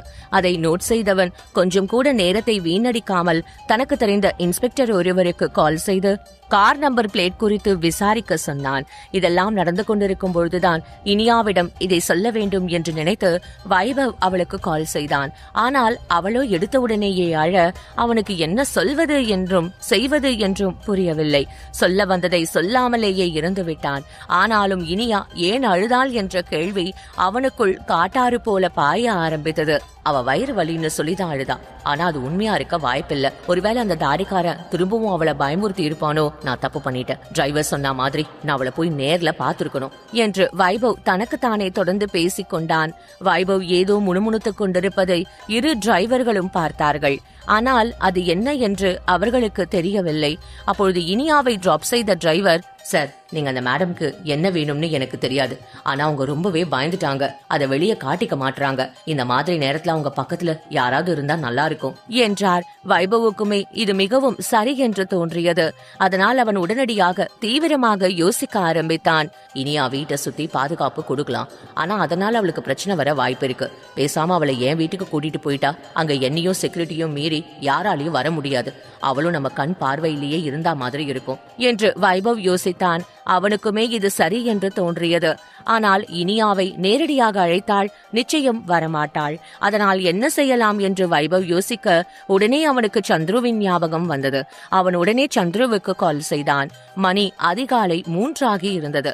இனியா தான் அறையில் உறக்கம் வராமல் புரண்டு கொண்டிருக்க அப்பொழுது சந்துருவிடமிருந்து அவளுக்கு கால் வந்தது. அதை பார்த்ததும் இந்த நேரத்துல இவர் ஏன் கால் பண்றாரு என்று இனியா தனக்குத்தானே யோசிக்க ஆரம்பித்தாள். முதல் முறை அவள் அட்டன் செய்யவில்லை. மீண்டும் கால் வரவே காலை அட்டன் செய்தாள். எங்க இருக்க? வைபவ் சார் கூட தானே இருக்க? டாக்டர்ஸ்லாம் வந்துட்டாங்களா? இப்ப எல்லாம் ஓகேவா என்று பதட்டத்துடன் அடுத்தடுத்த கேள்விகளை கேட்டான். இனியாவுக்கு ஒன்றுமே புரியவில்லை. என்ன சொல்ற சந்துரு? நீ சொல்ற எதுவுமே எனக்கு புரியல என்று இனியா படபடக்க, நம்ம பாஸ் வைபவுக்கு திடீர்னு சீரியஸ் ஆயிடுச்சாம். அவர் வீட்டு வேலைக்காரங்க கால் பண்ணாங்க. அதான் உனக்கும் தெரிஞ்சிருக்கும்னு நினைச்சேன். சரி, நான் அப்புறம் பேசுறேன் என்று சொல்லிவிட்டு சந்துரு காலை கட் செய்தான். இதை கேட்டதும் இனியாவுக்கு பக்கென்று இருந்தது. அவருக்கு என்னாச்சுன்னு தெரியலையே, இப்ப நான் என்ன பண்ணுவேன் என்று சில நிமிடங்கள் ஸ்தம்பித்த இனியா உடனே தன் அம்மா காயத்ரியை எழுப்பி தகவல் சொல்லிவிட்டு போகலாம் என்று நினைத்தாள். பகல் முழுவதும் வேலை செய்துவிட்டு அசந்து போய் தூங்கிக் கொண்டு இருக்கும் தன் அம்மாவை எழுப்ப அவளுக்கு மனம் வரவில்லை. வந்து சொல்லிக் கொள்ளலாம் என்று நினைத்தவள் அவர்களை தொந்தரவு செய்யாமல் தான் மட்டும் கிளம்பி வைபவ் வீட்டிற்கு சென்றாள். அவருக்கு எதுவும் ஆகியிருக்க கூடாது, அவருக்கு எதுவும் ஆகியிருக்க கூடாது என்று சொன்னபடியே வீட்டின் காலிங் பெல்லை அடித்தாள். அடுத்த நொடிய வீட்டின் கதவு திறக்கப்பட இனியா ஒரு சேர அதிர்ச்சியும் ஆச்சரியமும் அடைந்தாள். அடுத்த நாள் விஷ்ணு ஷூட்டிங்கிற்கு தயாராகி கொண்டிருக்கும் பொழுது அவனுக்கு அருகில் வந்த அவன் அசிஸ்டன்ட், சார், இன்னைக்கு அனன்யா மேடம் சேத்துல விழுற மாதிரி ஒரு சீன் எடுக்க போறாங்க. நேத்து ஷூட்டிங்ல உங்களோட பெர்ஃபார்மன்ஸ் ரொம்ப நல்லா இருக்குன்னு எல்லாரும் பேசிக்கிறாங்க. நீங்க வேணா இன்னைக்கு பாக்குறீங்களா சார் என்று கேட்டான். அதை கேட்ட விஷ்ணு எதுவும் சொல்லவில்லை. அவன் மெதுவாக தலையை உயர்த்தி தன்னுடைய அசிஸ்டண்டை பார்த்தான். அனைவரும் அனன்யாவின் நடிப்பை பாராட்டி பேசினாலும் கூட அவன் மனது எந்த ஒரு அனுபவமும் இல்லாத அவளை ஒரு நடிகையாக ஏற்றுக்கொள்ள தயாராக இல்லை.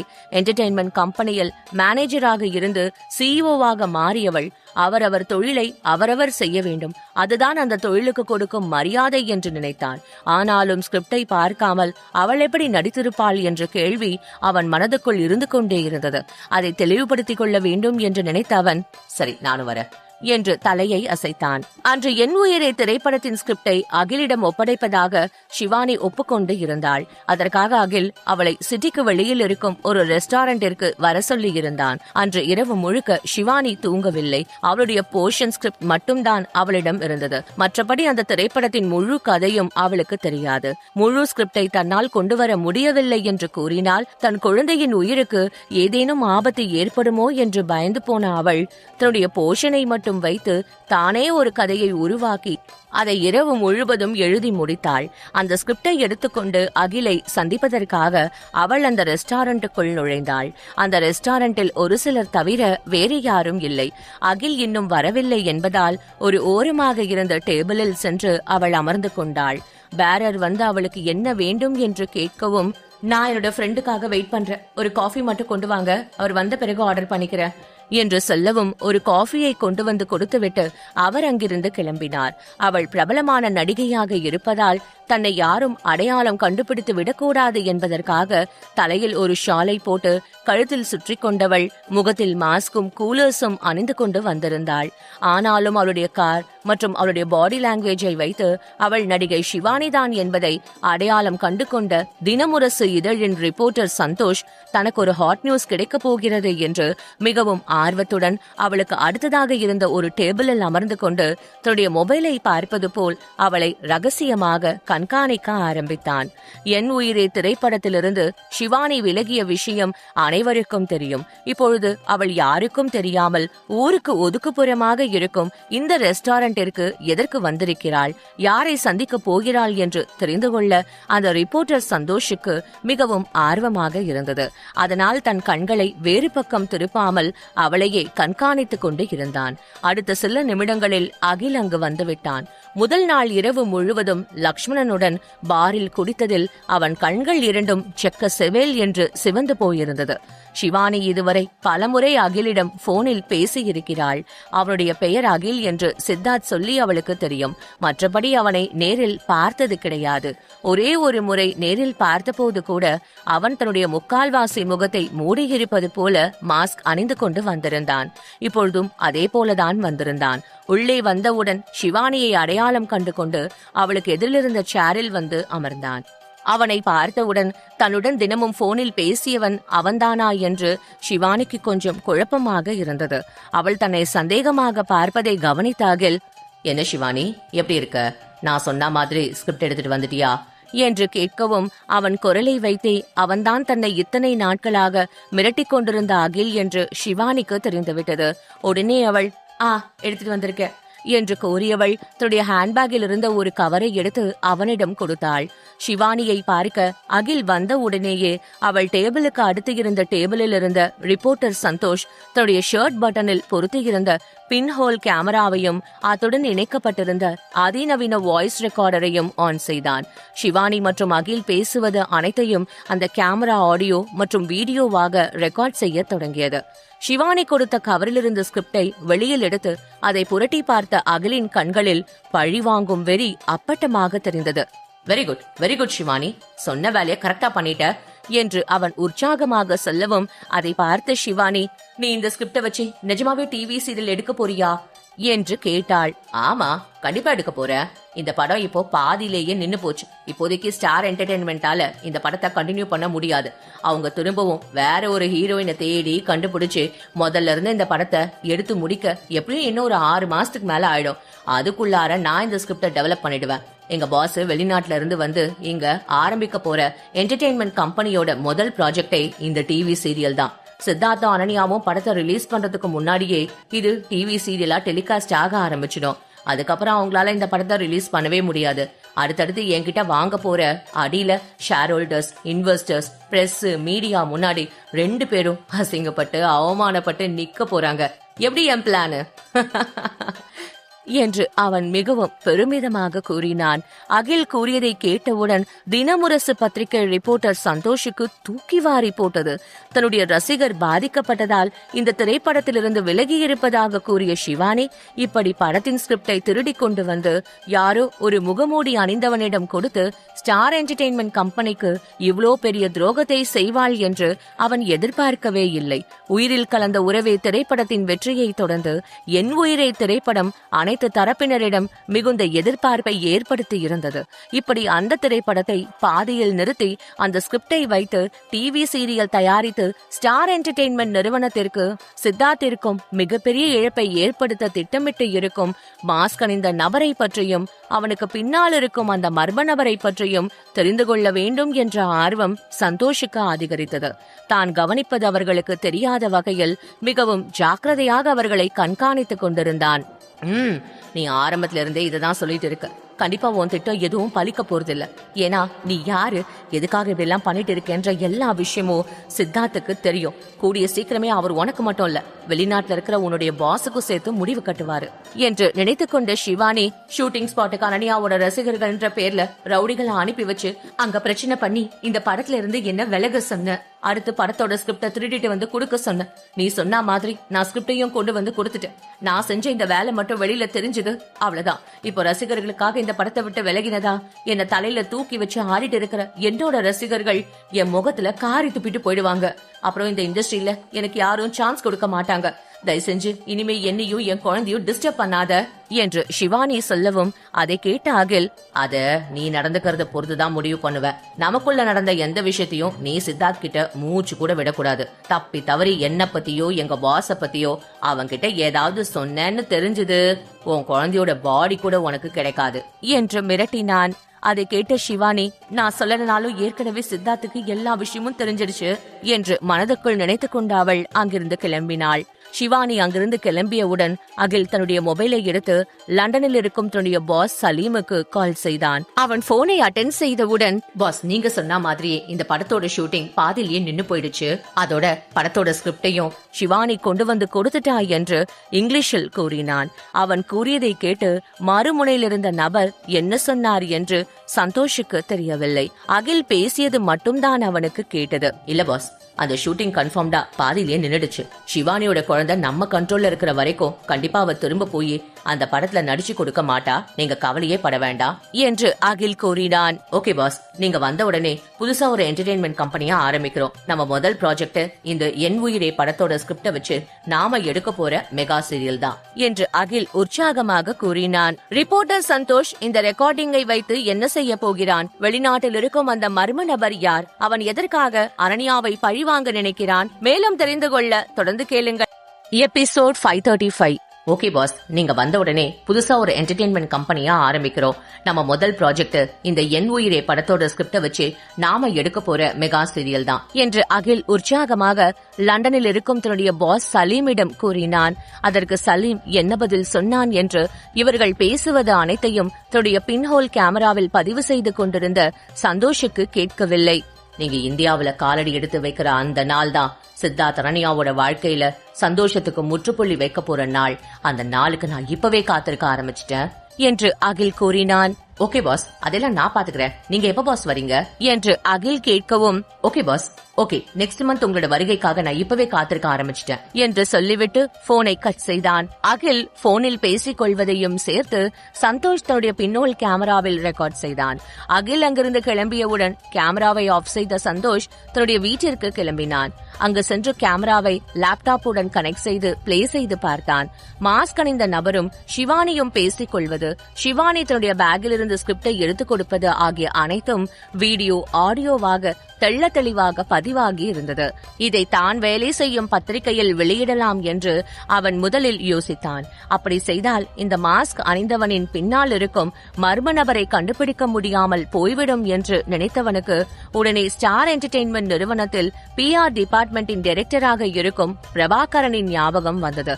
உடனே அவன் தன்னுடைய மொபைலை எடுத்து பிரபாகரின் நம்பருக்கு கால் செய்தான். சந்தோஷுக்கு பிரபாகரை நன்றாக தெரியும். இருவரும் காலேஜ் மேட்ஸ். சிவானி யாரோ ஒரு மாஸ்க் அணிந்த மனிதனிடம் என் உயிரே திரைப்படத்தின் ஸ்கிரிப்டை கொண்டு வந்து கொடுத்த விஷயத்தை சொன்னவுடன் அதை கேட்டு பிரபாகருக்கு மிகவும் அதிர்ச்சியாக இருந்தது. உண்மையில் இந்த ஸ்கிரிப்டை திருட சிவானியும் அகிலும் திட்டமிட்டு போனில் பேசிக் கொண்டது அனைத்தையும் டிராக் செய்து சித்தார்த் தெரிந்து கொண்டு சிவானியை மிரட்டிய விஷயம் எதுவும் பிரபாகருக்கு தெரியாது. இந்த படத்திலிருந்து பாதியில் விலகிய சிவானி இந்த அளவு மோசமாக நடந்து கொள்வாள் என்று பிரபாகர் எதிர்பார்க்கவில்லை. சூப்பர் சந்தோஷ், இந்த விஷயத்தை இப்போதைக்கு நீ மீடியா கிட்ட கொண்டுட்டு போக வேணாம். அந்த ரெக்கார்டிங் அப்படியே என்கிட்ட கொடுத்துரு. நான் பாஸ் கிட்ட பேசிட்டு அதுக்கப்புறம் என்ன செய்யலாம்னு சொல்றேன் என்று பிரபாகர் சொல்லவும், ஓகே பிரபா, எனக்கு உங்க ஆபீஸ் பக்கம் ஒரு வேலை இருக்கு, நான் வந்து அப்படியே உங்ககிட்ட நேராவே கொடுத்துட்டு போயிடுறேன் என்று சந்தோஷ் கூறினான். ஒரு மேக்சினோட ரிப்போர்ட்டரா இருந்தும் இந்த விஷயத்தை டைரக்டா நீ மீடியாவுக்கு எடுத்துட்டு போகாம என்கிட்ட சொன்ன வரைக்கும் ரொம்ப தேங்க்ஸ் சந்தோஷ் என்று பிரபாகர் கூறியதை கேட்ட சந்தோஷ், இதுக்கெல்லாம் எதுக்கு பிரபா தேங்க்ஸ் சொல்ற? இந்த விஷயத்தை எங்க பத்திரிகையில எழுதி இருந்தா பத்திரிகையோட சர்க்குலேஷன் அதிகமாகும்ன்றது உண்மைதான். அதனால சிவானுடைய கெரியர் தான் ஸ்பாயில் ஆகுமே தவிர அந்த மாஸ்க் போட்டவனையோ அவன் பின்னாடி இருக்கிற அந்த வெளிநாட்டுக்காரனையோ யாரு என்னன்னு உங்களால கண்டுபிடிக்க முடியாம போயிடும். அதனாலதான் நான் இந்த விஷயத்த டைரக்டா உன்கிட்ட எடுத்துட்டு வந்தேன் என்று சந்தோஷ் கூறினான். நீ சரியான மூலக்காரன்டா, அதனாலதான் நீ பத்திரிகையில ரிப்போர்ட்டரா இருக்க என்று பிரபாகர் பாராட்டவும், நீ மட்டும் என்ன சும்மாவா, உன்னோட எக்ஸ்பீரியன்ஸையும் டேலண்டையும் பார்த்துதான் மிஸ்டர் சித்தார்த் இவ்ளோ பெரிய கம்பெனிக்கு உன்னை PRO டிபார்ட்மெண்ட் டைரக்டரா அப்பாயிண்ட் பண்ணிருக்காரு. சரிடா, எனக்கு ஒரு முக்கியமான இன்டர்வியூ இருக்கு, நான் இந்த ரெக்கார்டிங்க ஒரு பென் டிரைவ்ல காப்பி பண்ணி உன்கிட்ட கொண்டு வந்து கொடுக்கறேன் என்று சந்தோஷ் சொல்லவும், சரிடா ஓகே என்று சொல்லிவிட்டு பிரபாகர் போனை கட் செய்தான். அடுத்து என்ன செய்வது என்று யோசித்த பிரபாகர் இந்த கம்பெனியின் CEO அனன்யா, ஆனால் இப்பொழுது அவள் படத்தில் நடிப்பதில் பிஸியாக இருக்கிறாள். இந்த விஷயத்தை அவளிடம் எடுத்து செல்லாமல் நேராக சித்தார்த்திடம் செல்லலாம் என்று நினைத்து கோல்டன் ஸ்டார் என்டர்டெயின்மெண்ட் நிறுவனத்தில் இருக்கும் சித்தார்த்தை பார்க்க விரைந்தான். அதே நேரம் இனியா பதட்டத்துடன் வைபவ் வீட்டின் காலிங் பெல்லை அடித்தாள். அடுத்த நொடியே வீட்டின் கதவும் திறக்கப்பட அங்கு வைபவ் எந்த பிரச்சனையும் இல்லாமல் புன்னகையுடன் நின்று கொண்டிருந்தான். அவனை பார்த்ததுமே அவளுக்கு மிகவும் அதிர்ச்சியாகவும் ஆச்சரியமாகவும் இருந்தது. நீங்க என்று இனியா பதட்டமாக, என்ன இனியா பயந்துட்டியா? சும்மா நடிப்பு, முதல்ல நீ உள்ளவா என்று அவள் கையை பிடித்து இழுத்து கதவை சாத்தினான்.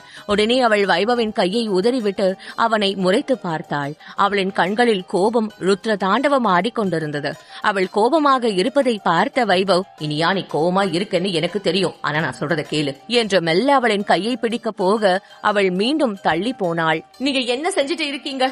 எதுல விளையாடுறதுன்னு கொஞ்சம் கூட அறிவு இல்லையா? இப்படியா பண்ணுவீங்க? உங்களுக்கு உடம்பு சரியில்லைன்னு சந்துரு சொன்ன உடனே நான் எவ்வளவு பதறி போய் ஓடி வந்தேன்னு தெரியுமா என்று அவள் கோபமாக கேட்கவும், சாரி இனியா, உன்னை இங்க வரவழைக்க எனக்கு வேற வழி தெரியல என்று வைபவ் சொன்னான். நான் எதுக்கு இங்க வரணும் என்று இனியா ஒன்றும் புரியாமல் கேட்க, நீ வெளியே இருக்கிறது உனக்கு சேஃப் இல்ல, அந்த தாடிக்காரன் யாரு என்னன்னு கண்டுபிடிக்கிற வரைக்கும் நீ இங்க இருக்கிறது தான் உனக்கு நல்லது என்று வைபவ் சொன்னான். இதை கேட்டதும் இனியாவின் முகம் பேயறிந்தது போல இருந்தது. வைபவுக்கு அனைத்தும் தெரிந்துவிட்டது என்று அவளுக்கு புரிந்தது. ஆனாலும் அதை அவள் வெளிக்காட்டிக் கொள்ள விரும்பவில்லை. நீங்க என்ன சொல்றீங்க? எனக்கு எதுவும் புரியல என்று இனியா பதட்டத்தோடு சொல்ல, கமான் இனியா, இனியும் நீ என்கிட்ட மறைக்க வேணாம், எனக்கு எல்லாம் தெரியும் என்று வைபவ் சொன்னான். அதோடு CCTV காட்சியையும் எடுத்து காட்டினான். அதை கண்டதும் இனியா திகைத்து போனாள். வைபவுக்கு அனைத்தும் தெரிந்திருக்குமோ என்ற சந்தேகம் மட்டுமே இருந்தது. ஆனால் இப்பொழுது அது உண்மையாகிவிட்டது. இனியாவுக்கு என்ன சொல்வதே என்று தெரியவில்லை. அவள் மிகவும் பதட்டமாக இருந்தாள். இவ்ளோ நடந்திருக்கு, ஆனா நீ என்கிட்ட எதையுமே சொல்லல, ஏன் இனியா, ஏன் என்று வைபவ் பாவமாக கேட்க, ஏனா என்று உண்மையை சொல்ல வாயெடுத்தாள். அப்பொழுது தான் உண்மையை சொன்னால் வைபவுக்கு நம்பிக்கை அளிப்பது போல ஆகிவிடும் என எண்ணி, நான் ஏன் உங்ககிட்ட சொல்லணும் என்று வேண்டுமென்றே முகத்தை கடுமையாக வைத்துக் கொண்டு கேட்டாள். இனியாவிடமிருந்து இப்படி ஒரு பதிலை வைபவ் எதிர்பார்த்திருக்கவில்லை. இதற்கு என்ன பதில் சொல்வது என்று அவனுக்கும் தெரியவில்லை. அவன் ஒரு நொடி அதிர்ச்சியாகி அப்படியே நின்றான். பின்பு ஒரு ஆழ்ந்த மூச்சை எடுத்துக்கொண்டவன், நான் வேற மாதிரி நினைச்சேன் என்று விரக்தியோடு சொன்னான். என்ன நினைச்சீங்க என்று அவள் கேட்கவும், அந்த தாடிக்காரன் இது வெளியே யார்கிட்டயாவது சொன்னா அவங்களுக்கும் ஆபத்துன்னு சொன்னால, அதனால எனக்கு ஆபத்து வரக்கூடாதுன்னு நினைச்சு நீ சொல்லாம இருந்தியோன்னு நினைச்சேன் என்று வைபவ் சொல்ல, அதை கேட்டு திகைத்து போன இனியா இமைக்க மறந்து அவனை பார்த்தவள், அதான் உண்மை, ஆனா அத நான் சொல்ல போறதில்ல வைபவ், என்ன மன்னிச்சிடுங்க என்று நினைத்து கொண்டே, அப்படிலாம் இல்ல என்று சொன்னாள். இல்ல, இப்ப கூட எனக்கு உன் வாய் ஒண்ணுத்தையும் கண்ணு வேறொன்னுத்தையும் தான் சொல்ற மாதிரி இருக்கு என்று வைபவ் சொன்னான். அதை கேட்ட இனியா, அப்படிலாம் இல்ல என்று மீண்டும் மீண்டும் சொன்னாலும் வைபவ் இப்பொழுது அதை நம்புவதாக இல்லை. அவன் இனியாவின் கண்களில் ஏதோ ஒன்றை உணர்ந்து விட்டதாகவே நினைத்தான். ஒரு கட்டத்தில், நீங்க என்ன வேணா நினைச்சிட்டு போங்க, நான் இப்ப வீட்டுக்கு போகணும் என்று சொல்லிவிட்டு அங்கிருந்து கிளம்ப முயற்சித்தாள். ஆனால் வைபவ் அவளை விடவில்லை. நான் உன்கிட்ட சில முக்கியமான விஷயத்தை பத்தி பேச வேண்டியது இருக்கு என்று கட்டளையிடும் விதத்தில் சொன்னான். இனியாவால் அதை மீற முடியவில்லை. அவள் அமைதியாக வைபவை பின்தொடர வைபவ் சோஃபாவில் அமர்ந்தான். இனியா நிற்க அவளையும் அமரும்படி சைகை செய்தான். இதனால் அவளும் அமர்ந்தாள். உனக்குள்ள என் மேல காதல் இருக்குன்னு எனக்கு நல்லாவே தெரியும். நீ வேணும்னேதான் அதை வேணாம்னு சொல்லிட்டு இருக்க. அதுக்கான காரணம் என்னதான்னு நான் Facebookல இருக்கிற விக்ரம ராஜாவோட ஃபேமிலி போட்டோவை காட்டி, உனக்கு தாலி கட்டின பைத்தியக்காரன் இன்னும் சாகல, உயிரோட தான் இருக்கான்னு எவிடன்ஸோட உனக்கு ப்ரூஃப் பண்ணினாலும் கூட உன் மனசுக்குள்ள இருக்கிற குற்ற உணர்ச்சி இன்னும் குறையல. உன் மனசு இன்னும் அதையே நினைச்சு ஃபீல் பண்ணிட்டு இருக்கு. நான் சொல்றது சரிதானே என்று வைபவ் கேட்டான். இந்த நேரத்தில் பழைய விஷயங்களை குறித்து பேசுவது இனியாவுக்கு கொஞ்சம் ஒரு மாதிரியாகத்தான் இருந்தது. ஆனாலும் தன்னுடைய மனதில் இருப்பதை அவன் அப்படியே கூறுவதை நினைத்து அவளுக்கு ஆச்சரியமாக இருந்தது. அவள் எதுவும் சொல்லாமல் அவனை பார்த்து கொண்டிருக்க, அந்த பைத்தியக்கார இன்னும் உயிரோட தான் இருக்கான்றதுக்கு நான் ஸ்ட்ராங்கான எவிடன்ஸ காட்டினா நீ என் மேல இருக்கிற காதல வெளிப்படையா சொல்லுவியா என்று வைபவ் கண்களில் காதல் கொப்பளிக்க கேட்டான். இனியா இதற்கு எந்த பதிலும் சொல்லாமல் தன் தலையை குனிந்து கொண்டாள். ஏன் அமைதியா இருக்க, ஏதாவது சொல்லு என்று வைபவ் கேட்க இனியா ஒரு சமிஞ்சை கூட காட்டவில்லை. பிடித்து வைத்த சிலை போல இருந்தாள். உன்கிட்ட இருந்து இதுக்கு எந்த பதிலும் வராதுன்னு எனக்கு நல்லாவே தெரியும் என்று புன்னகைத்த வைபவ், நான் உனக்கு ஒண்ணு காட்டணும் என்றான். அதுவரை குனிந்திருந்த இனியாவின் தலை சட்டென நிமிர்ந்து வைபவை பார்த்தது. அவனோ தன் மொபைலை கையில் எடுத்து டிடெக்டிவ் அவனுக்கு அனுப்பிய வீடியோவை பிளே செய்தான். அதில் இனியா தான் கொன்றதாக நினைத்து வருந்திக் கொண்டிருக்கும் அந்த பைத்தியக்காரன் சிறுவர்களுடன் சேர்ந்து மிகவும் சந்தோஷமாக விளையாடிக் கொண்டு இருந்தான். அதை பார்த்ததும் இனியாவின் முகம் மாறியது. இல்ல, இத நான் நம்ப மாட்டேன். இவனை நான் என் கையால கொன்ன. அன்னைக்கு நீங்க இவனோட போட்டோ காட்டும் போதே எனக்கு நம்பிக்கை இல்ல. அதே மாதிரி இதுவும் எடிட் பண்ணின வீடியோவா இருக்கலாம், இல்ல பழைய வீடியோவா கூட இருக்கலாம் என்று நம்பிக்கை இல்லாமல் கூறினாள். ஆனால் அவள் மனதுக்குள் இது உண்மை என்று வைபவ் பதில் சொல்ல வேண்டும் என்று நினைத்தாள். நீ பாக்குறதெல்லாம் உண்மைதான் இனியா. நீ கொன்னதான் நினைச்சிட்டு இருக்கிறவன் இப்பவும் உயிரோட தான் இருக்கான். எந்த கவலையும் இல்லாம சந்தோஷமா சுத்திட்டு இருக்கான். நீதான் தேவையில்லாததை நினைச்சு ஃபீல் பண்ணிட்டு இருக்க என்று வைபவ் சொன்னான். இனியாவின் கண்கள் குளமாகின. நீங்க உண்மையதான் சொல்றீங்களா என்று இனியா மீண்டும் கேட்டாள். உடனே அவளுக்கு அருகில வந்த வைபவ் தன் இரு கைகளாலும் அவள் முகத்தை ஏந்தினான். நீ எதை நினைச்சு இத்தனை வருஷமா குற்ற உணர்ச்சியில வேதனைப்பட்டுக்கிட்டு இருந்தியோ அது இப்போ இல்லன்னு ஆயிடுச்சு. இனி நீ வருத்தப்பட வேண்டாம். உனக்குன்னு ஒரு வாழ்க்கை இருக்கு. நாம ஒன்னா வாழ்க்கைய வாழ்வோம் என்று காதல் பெருக வைபவ் சொன்னான். அவன் சொன்ன விதம், அவன் குரலில் இருந்த காதல், அவன் கண்களில் தெரிந்த நம்பிக்கை என அனைத்தும் இனியாவை சரி என்று சொல்ல சொல்லி சொன்னது. அதே நேரம் அவளுக்குள் தயக்கம் இருந்தது. அப்படின்னா நிஜமாவே அந்த ஆள் சாகலியா என்று மீண்டும் கேட்டாள். ஆமா இனியா, ஆமா, அவன் சாகல என்று வைபவ் முகமுழுக்க புன்னகையுடன் சொன்னான். அப்படின்னா நான் கொலகாரி இல்லதானே என்று இனியா மீண்டும் மீண்டும் சொன்னாள். முதலில் சந்தேகமாக சொன்னவள் போக போக மிக சந்தோஷமாக சொல்ல ஆரம்பித்தாள். இனியா சந்தோஷமாக இருப்பது வைபவுக்கு மிகவும் பிடித்திருந்தது. அதே நேரம் அந்த தாடிக்காரன் குறித்த கேள்விகளும் அவனுக்குள் ஓடிக்கொண்டிருந்தது. அது யார், என்ன என்று இனியாவிடம் கேட்க வேண்டும் என்று அவன் நினைத்தான். அதை கேட்டு இப்பொழுது அவளிடம் இருக்கும் சந்தோஷம் பறிப்போய் விடுமோ என்று நினைத்ததும் அவன் அமைதியானான். நான் கொலகாரி இல்ல என்று இனியா மீண்டும் மீண்டும் சொல்ல சொல்ல அவளின் முகத்தில் புன்னகை பெரிய அளவில் உருவானது. வைபவ் அதை பார்த்து கொண்டிருக்க சட்டனை இனியாவின் முகத்தில் இருந்த புன்னகை காணாமல் போனது. அதுவரை சந்தோஷம் குதூகலித்துக் கொண்டிருந்த அவளின் முகத்தில் சட்டன கவலையின் ரேகை படர ஆரம்பித்தது. அதையும் வைபவ் கண்டான். என்னாச்சு இனியா, சந்தோஷமான நியூஸ் தானே நான் சொல்லியிருக்கேன் என்று கேட்க, ஆனா என்று அவள் கொஞ்சம் தயங்கினாள். என்ன ஆனா, பிளீஸ் இனியா, எதனால என்கிட்ட சொல்லு, என்னால முடிஞ்சதை நான் பண்றேன் என்று வைபவ் சொல்லவும், நீங்க எனக்காக இந்த அளவுக்கு ரிஸ்க் எடுக்கிறீங்க என்று வேதாளம் மீண்டும் முருங்கை மரத்தில் ஏறுவது போல இனியா மீண்டும் பழையபடி பேச ஆரம்பித்தாள். இனியும் நான் அமைதியா இருக்க போறதில்ல. யார் அந்த தாடிக்கார, யார் அவன், ஏன் உன்னை தேடணும், அவன் ஏன் உன்னை மிரட்டணும் என்று வைபவ் சடசடவென்று கேள்விகளை கேட்டான். அதுவரை அமர்ந்து கொண்டிருந்த இனியா சட்டென்று எழுந்து நின்றாள். அவளுக்கு வைபவிடம் என்ன சொல்வது, ஏது சொல்வது என்று தெரியவில்லை. இனியா பிளீஸ், இனியும் நீ அமைதியா இருக்கிறது நல்லதில்ல, புரிஞ்சுக்கோ, எதுவா இருந்தாலும் சொல்லு, அவன் யாருன்னு சொல்லு பிளீஸ் என்று வைபவ் கெஞ்சி கேட்க ஆரம்பித்தான். அது இனியாவுக்கு ஒரு மாதிரியாக இருந்தது. இதற்கு மேலும் அவளால் வைபவை புறக்கணிக்க முடியவில்லை.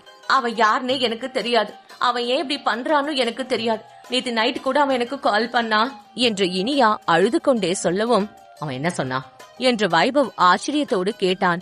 உங்ககிட்ட இருந்து என்ன விலக சொன்னான், அதையும் மீறி நான் உங்க கூட இருந்தா அது உங்களுக்கு ஆபத்தா முடியும்னு சொன்னான் என்று இனியா கூறவும் வைபவுக்கு அது மிகவும் அதிர்ச்சியாக இருந்தது. அவன் ஒன்ன பயமுறுத்துக்காகவே அப்படியெல்லாம் பண்ணியிருக்கான். அவனை இதுக்கு முன்னாடி எங்கேயாவது பார்த்திருக்கியா என்று அவன் மீண்டும் கேட்டான். இனியாவை துரத்திக் கொண்டிருக்கும் அந்த தாடிக்காரன் யார், அகிலும் சிவானியும் திட்டமிட்ட விஷயம் வெளிச்சத்திற்கு வருமா, மேலும் தெரிந்து கொள்ள தொடர்ந்து கேளுங்க. இந்த எபிசோட் உங்களுக்கு பிடிச்சிருந்தா அந்த வீடியோக்கு ஒரு லைக் பட்டன் கொடுங்க. அண்ட் இந்த மாதிரி தொடர்ந்து வீடியோஸ்க்கு நம்ம சேனலை சப்ஸ்கிரைப் பண்ணிக்கோங்க. தேங்க்யூ.